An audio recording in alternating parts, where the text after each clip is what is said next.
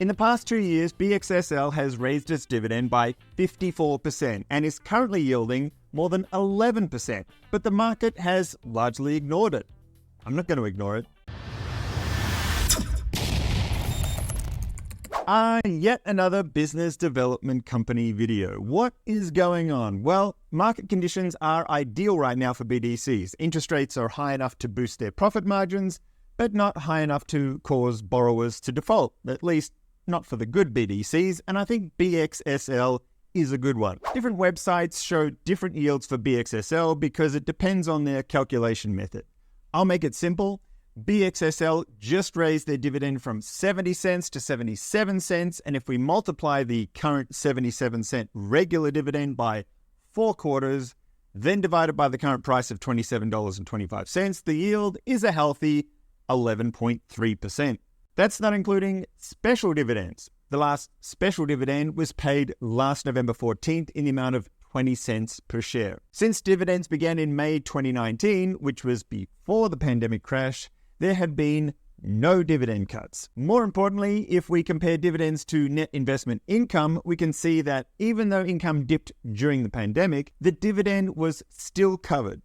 Barely, but covered nonetheless. And speaking of coverage, after the dividend was recently increased to 77 cents, the coverage is still strong at 138%. According to the Systematic Income Investing database, the average coverage for BDCs is 125%, so 138% is quite conservative. And let's not forget the growth I mentioned earlier. Over the past 2 years, the dividend has grown by 54%, and that's exceptional for any BDC. A quick disclaimer, I'm not a financial advisor. Since retiring in 2017, I began researching my investments in far greater depth because now they pay for everything. When I find something interesting, I make a video. Blackstone Secured Lending, ticker symbol BXSL, is a business development company or BDC. A BDC acts like a hybrid between private equity, venture capital, and a bank. And their tax status requires them to pay out 90% of their income to shareholders. Whereas banks lend out customer deposits, BDCs lend out funds they either borrowed or raised by selling shares. For a more detailed explanation of BDCs, check out this review of another BDC, Capital Southwest. The companies borrowing from BXSL are spread across quite a wide variety of industries, but here are the top 10. The top 2 industries are software and healthcare providers.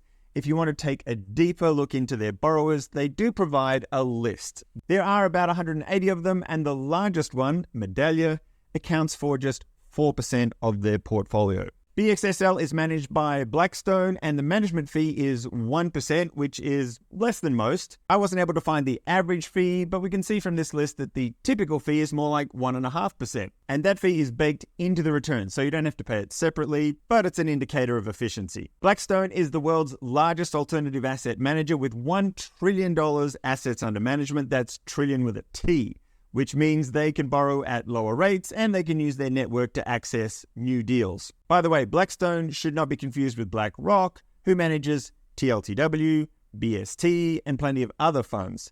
Similar names, different organizations. Apart from the yield, here's what I like about BXSL. Rising interest rates are profitable for most BDCs because they can charge higher rates, but what about the cost of those funds? Well, this chart shows how BXSL was able to increase the weighted average yield on their loans to 11.8%, while their weighted average cost of funds was only 4.84%. The main reason the cost of funds doesn't grow as quickly is that 64% of their debt is fixed at just 2.97%. And in today's world, that's cheap.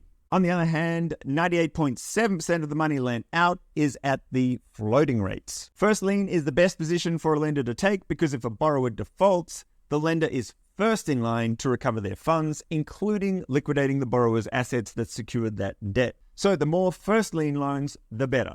BXSL's loan portfolio is 98.4% first lien, the highest that I've seen. The average is 78% for BDCs. I mentioned before that rising interest rates are profitable for most BDCs because they can charge higher rates, but there's a limit. At some point, the rates get so high that borrowers struggle to pay back the loans. So as interest rates rise, This is something we definitely need to keep an eye on. BDCs measure troubled loans by non-accruals, or 90 days behind in payments. The average fair value of non-accruals is 1.6% of a portfolio. BXSL's non-accruals are just 0.1%, which is pretty close to zero. Before we get into the bear case, I researched various sources to prepare for this video, including 7 Seeking Alpha articles. I never read just one article because some authors are biased and some are just better than others. This one I thought was too negative and these 2 were over the top positive. I never buy a stock or a fund without first researching it on Seeking Alpha, and I'll include a link in the description to my favorite article,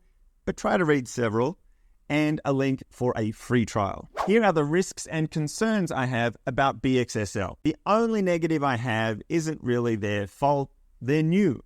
They went public in 2019, so we don't have 10 plus years of historical data like we have for more established BDCs like Main and ARCC. I think if BXSL had provided consistent performance for as long as Main, ARCC, or say Capital Southwest, it would command a higher price than it currently does. So I didn't find any red flags for BXSL. That just leaves the risks associated with any BDC. As an asset class, they pay high yields for a reason. They own few, if any, hard assets and very little proprietary technology. The BDC's value lies mostly in their senior management and its ability to maintain a profitable pipeline of new deals and to navigate the challenges of a constantly changing credit market, and that's not easy. I've reviewed and invested in quite a few BDCs this year, but don't take that to mean you should be overexposed to them. I look at the valuations, and as some become more expensive, I trim them back and then buy the undervalued ones. Some of the BDCs I reviewed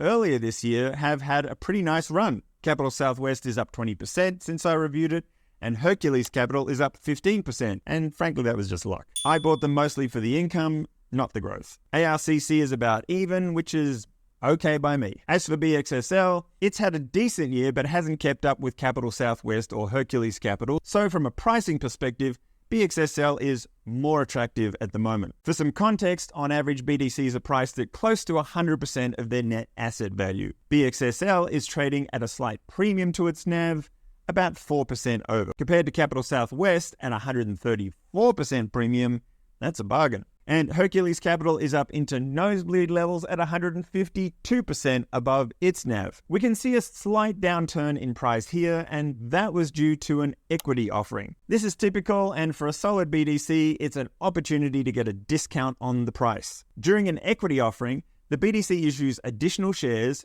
Some shareholders freak out and sell because they think the dividends will be spread out among more shares and they'll be diluted. But any decent BDC takes the capital they raise from selling shares and puts it to work generating additional high returns that boost future dividends. I trimmed some of my recent outperformers like Capital Southwest and Hercules Capital, and I bought some BXSL, about a 5% allocation. The dividend growth is mostly because of rising interest rates, so the rate of growth is unlikely to continue. But if interest rates stay higher for longer, I'm happy just collecting the 11% plus. I'm adding BXSL to my favorites playlist. If you're new to the channel, that's an easy way to find the videos about investments I like the most. And that wraps it up for BXSL. More armchair income coming soon.